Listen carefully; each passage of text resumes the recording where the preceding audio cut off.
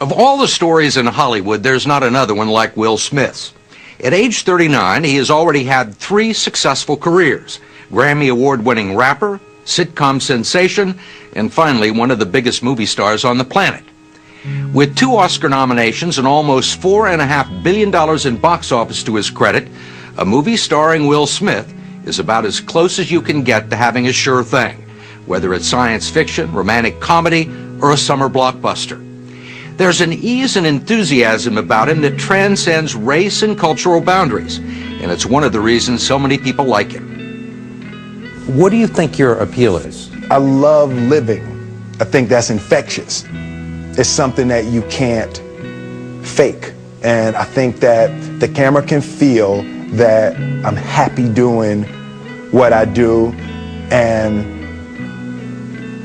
it's something that gets inside of me.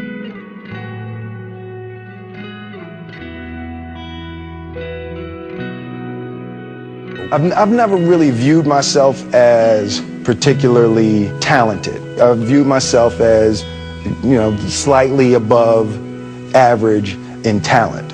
And where I excel is ridiculous, sickening work ethic. While the other guy's sleeping, I'm working. While the other guy's eating, I'm working.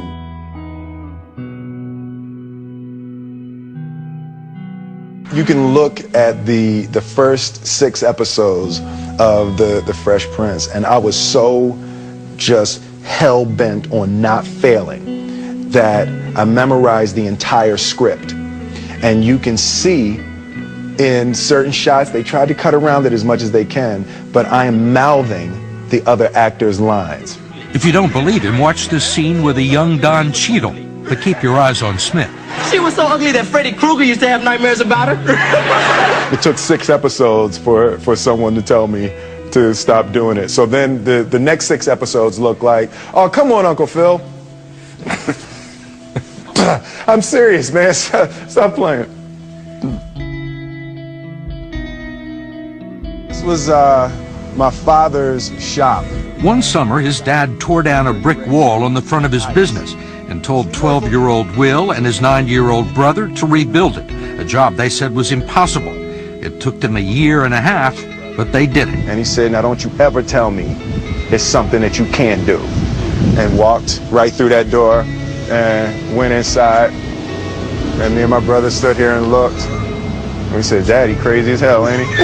The wall is still there, and so is the lesson he learned from building it. I just put my head down and laid the first brick. Time in my life that I didn't think was the best time in my life. So yeah, our album is called Home Base. We entitled it Home Base because we felt that how important it is that when you're trying to do other things in your life, how important that home base is. To have some place, not necessarily physically that you call home, but some place in your heart that you feel home, some place you feel comfortable. And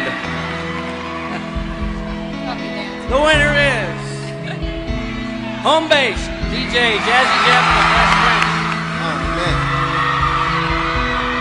Oh, man. First, I'd like to thank God. Yeah. I want to tell a little story real quick, a quick story. I think it was 4 years ago, and it was back in Philadelphia, and it was after the last American Music Awards. 1988. We won an American Music Award, and we were so excited and hyped. We run home. Then everybody's at the airport to meet us, all the press and everything, and his pictures flashes and all that. We hop in the car, we go back to Jeff's house. His mom is cooking a big meal for us and everything, so we go in Jeff's house, we're excited. We sit down, we look at each other, we're like, we did it, man. We did it. Jeff's mom comes downstairs with $5 and a list, and she said, Jeffrey, I want you to go to the corner and get me some bread and some baking soda, and see if they got them yams that come in the can. And we were like, Jeff said, but Mom, but she said, but nothing, boy, go get that stuff I asked you to get. And as we was walking up to the corner store, it grounded us. It shows us what's really important. For me, I never did anything for money, right? So it was never about money. My experience has been when people do things for money, you make bad choices. Find what you love, and then you'll learn how to make money doing what you love. When I changed careers, I was never changing to something for money. I was changing to something I love more.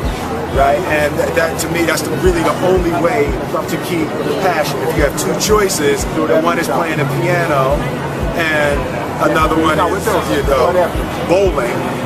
And you can make more money bowling, but you love playing the piano more, you got to play the piano. It's like you'll tear yourself apart if you're not doing the thing that you love most in life. And you know what it is right now. Right now, there's something that you love more than everything. Whatever it is that you love crazy has to be the thing that you dedicate your life to. Thank you, thank you, thank you.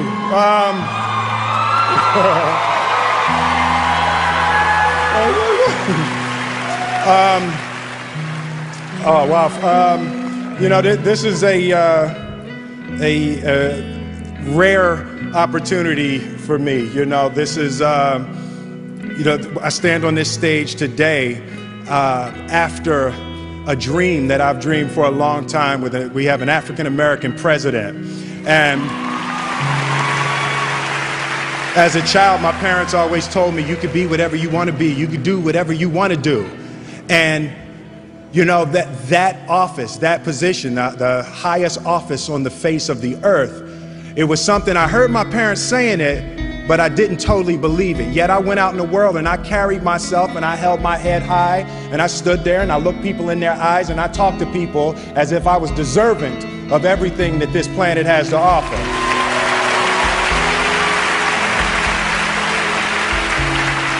So I really want to say to children out there and to people who are watching, Confucius said one time, he who says he can and he who says he can't are both usually right. So I want to stand here before you, and as I hold this award, I want to give love to my wife, and I want you to keep in your heart, just know that you can. Know that you can. There's such a concept of loss. Right? I connected to the idea in this movie of loss and how we react to loss, right? And we think of things in a straight line: birth, life, death, right? And then, you know, okay, you died, it's over. And it's like, that's not really how it works. It's, you take those ends and you bend it into a circle. It's birth, life, death, rebirth, right? So you have to be prepared when you lose something, when you go through a divorce, when your mother dies, when you lose your house. You have to understand that nature has it no other way. There is a rebirth. That the death is painful. It doesn't change the pain of the death, but you got to stay awake and stay focused for what's the rebirth that God is about to offer you. What is the difference between depression and joy, right? And I think it's purpose, right? It's like when you wake up in the morning and your life means something to somebody other than you, that you have a purpose. If you don't go do the things that you're going to do, people's lives will suffer. And I think that kind of purpose, that like to live in service, not to you, but to live in service to humanity, to live in service to your family, to live in service to your church, to your city, to your country, to the world. Living in service is that, I feel like that is the purest form of joy. There are what I would sort of refer to as spiritual physics, right? So the idea that energy is infectious, right? So I can infect you right now. I can infect you positively, or I can infect you negatively. I can affect how you go home and deal with people and friends and family and all of that. And to me, the spiritual physics of that are flawless, right? So as long as I continue to affect people and infect people positively, there's no version of me not winning at the box office. It's just the spiritual physics don't work that way? I compartmentalize and I get my priorities straight. If you get your priorities straight, it's really simple. If either your family is first or your job is first, and just decide ahead of time, right? So if you decide your family is first, and then you're sitting at the Oscars and your daughter has a fever, and it's 90 seconds before your award, you don't have to make a decision of what you're going to do. You've already made the decision ahead of time, because passion and emotion in the moment is always going to give you the wrong answer. So if you do the math ahead of time, it's not an issue in the moment. You are who you associate with. Look around at your 5 closest friends, and that's who you are. If you don't want to be that person, you know what you got to do. Last question. Years ago, Marlon Brando had said in an interview to The New Yorker that too much success can ruin you as surely as too much failure. Yeah. As one of the most successful people on the planet, do you see any truth in that? Well, I mean, anytime you inject extremes into the universe, you can expect extremes to come back. I think that, you know, one of the best pieces of advice I ever got was, don't let your successes go to your head, and don't let your failures go to your heart. Do you follow that? I try. No, it's absolutely a difficult, even more so now with my wife and my children expanding into it, the scope of it is actually becoming more difficult to manage. The things that, almost in a spiritual sense, the things that you attract to yourself. And also, if you think about it in terms of altitude, the higher you go, the harder it is to breathe. There's less oxygen. And I think in that phrase, what I get from that with Marlon Brando, what happens is, if you think about it in terms of mountain climbing, the higher and the higher you get, the less oxygen there is, the harder it is to breathe as you get to this successful space. And the first thing people want to do is get down. And what you do by getting down is self-destruction. And I'm just working hard to make sure that I don't allow the lack of oxygen to dull my appreciation for the gifts I've been given. Her name was Marley. It's a beautiful name. Yeah, we named her after Bob Marley. Who? The singer. Damien? His father. His father. No. I shot the sheriff, but I didn't shoot the deputy.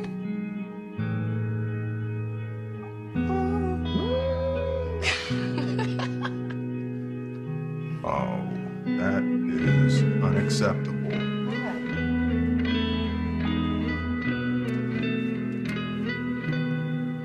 Best album ever made.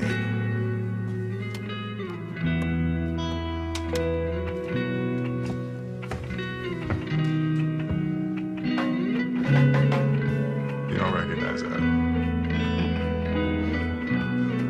Wow. He had this idea. It was kind of a virologist's idea. He believed that you could cure racism and hate, literally cure it, by injecting music and love into people's lives. One day he was scheduled to perform at a peace rally. A gunman came to his house and shot him down. 2 days later, he walked out on that stage and sang.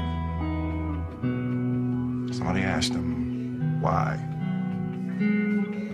He said, the people who are trying to make this world worse are not taking a day off. How can I light up the darkness?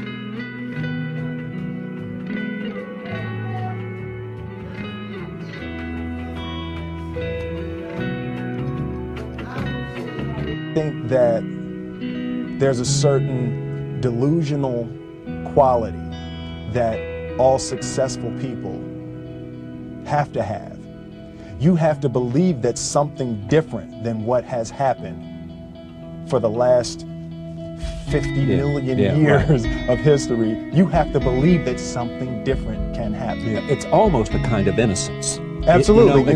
In other words, if you knew how difficult it was, right, you would have never gone down that path. Absolutely. You know, if somebody had said to Ali, no one can beat this guy. He's this much stronger, he's this much bigger, he's got that much bigger punch than you do, and he believed that, he would have said, you got to have an innocence that somehow. Absolutely. And I think that's a huge part of me, because, and I say to my friends all the time, and we laugh about it, I truly, honestly, as I sit here before you right now, as honestly as I can say it to you, I truly believe that I could be the president if I wanted to. And as bizarre as that may sound to people that have traveled the path before me and to people who actually know how difficult it is, foolish Will Smith honestly believes it's sitting here. Well, what there is about that is a sense of the innocence about it, as well as a disarming honesty about it. You say it that way. And here's what's interesting about you, is that there are people who have said that about you too, who've been around you as a creative performer.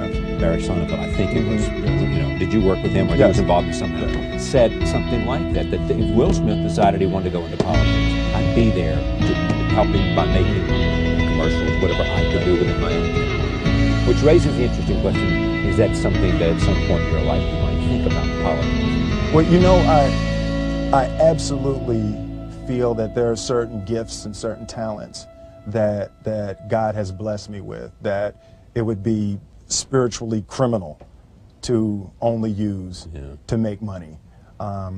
My travels in Africa and spending time with Muhammad Ali and spending time with Nelson Mandela, there are certainly issues that are important to me and things that I've been blessed with the vehicle to be able to change, to be able to, as sappy as it may sound, make the world a better place, however minute the change. And that's something that is important to me, but I don't believe that politics is the best use of your energy and time right absolutely. now. Yeah. But the interesting thing too is that there is this concept, and you sit with lots of different people, even with people who are evil. Some will say he had so much talent. If that talent had been redirected to something good, it is the idea, if you are given and you work hard, because there's nothing more apparent about Will Smith than how diligent and hard he works at being who you are. I mean, you appreciate the notion, it looks like to me from what I know about you,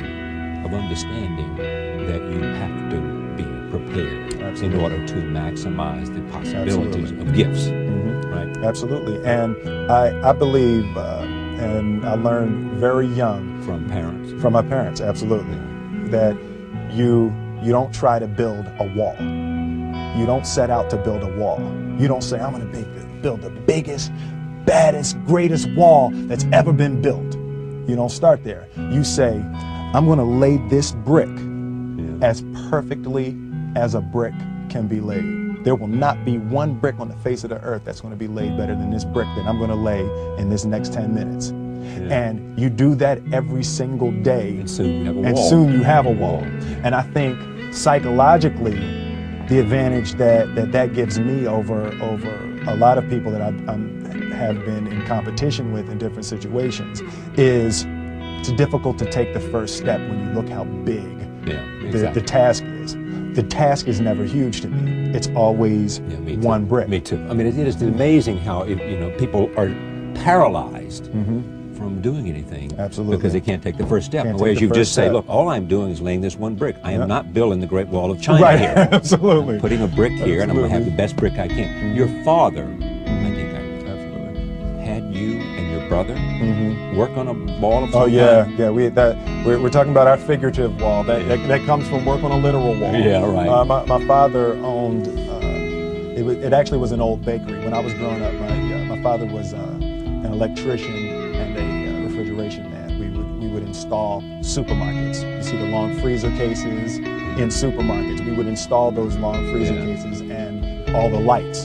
That's what we would do every summer. Yeah. So this one year, my father had his shop, and he decided for whatever reason that he wanted a new wall on the front of his shop. So he tore down probably about 16 feet high and probably about 30 feet long. He just completely tore the wall down, and my brother and I had to dig a 6-foot hole.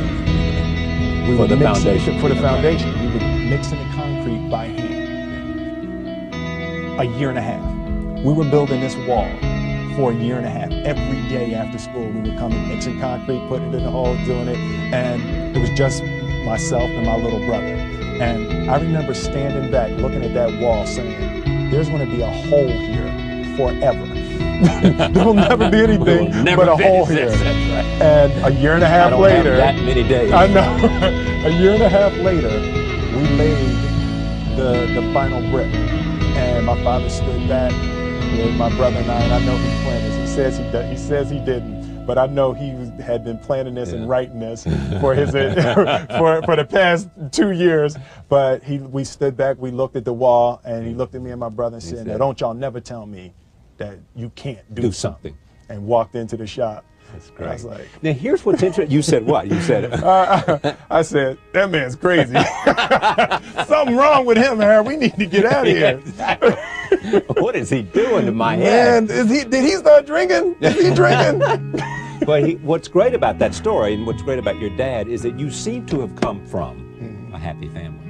Absolutely. Well, fairly. Reasonably. Reasonably. Yeah. He's a little crazy. His thing about walls. Yeah, he's a little. Yeah. No, it was, but generally, there was no great. You didn't have the kind of conflict that Ali had. Oh, definitely not like Ali. That kind of, and yet you have the amazing amount of drive. I mean, there's a sense of mission with you, sense of commitment, sense of prepared to do what it requires. Right? Absolutely. I mean, you didn't come from a struggling artist background to become. Well, you know what? An accomplished professional. I think both of my parents and my grandparents were achievers. You know, my mother worked for the school board of Philadelphia, so growing up, we couldn't say y'all. You know, it's like if we run out. My kids do not say y'all. Yeah, right. You know, we would run out of the house and scream to our friends, "Yo, what y'all about to do?" My mother's up. That's it. Back in this house. Back in this house, and we'd be sitting upstairs crying, and my grandmother would come in and say, "Baby, you know a y'all is a boat." Like, but there's you know, the difference. There's absolutely. Yeah. So, you know, there were very specific rules, and there was a constant desire to be better. Yeah. You know, we didn't grow up with the sense that where we were was where we were going to be. You know, we grew up with the sense that where we were almost didn't matter because we were becoming right. Something greater. Yeah. And I always remember that my mother or father or grandmother would say, "That's great, baby. You did a really good job with that. That's incredible. Congratulations. Try this next time." Yeah. You know, there was always a little bit stretching. More. Absolutely. When you started out as a rapper, were you already thinking, if I get to do this really well, I'll have a television show. And if I have a television show, I can be in feature films. And if I'm in feature films, I can be. It was, for me, it was always my biggest dream coming up was I wanted to hear one of my records on the radio.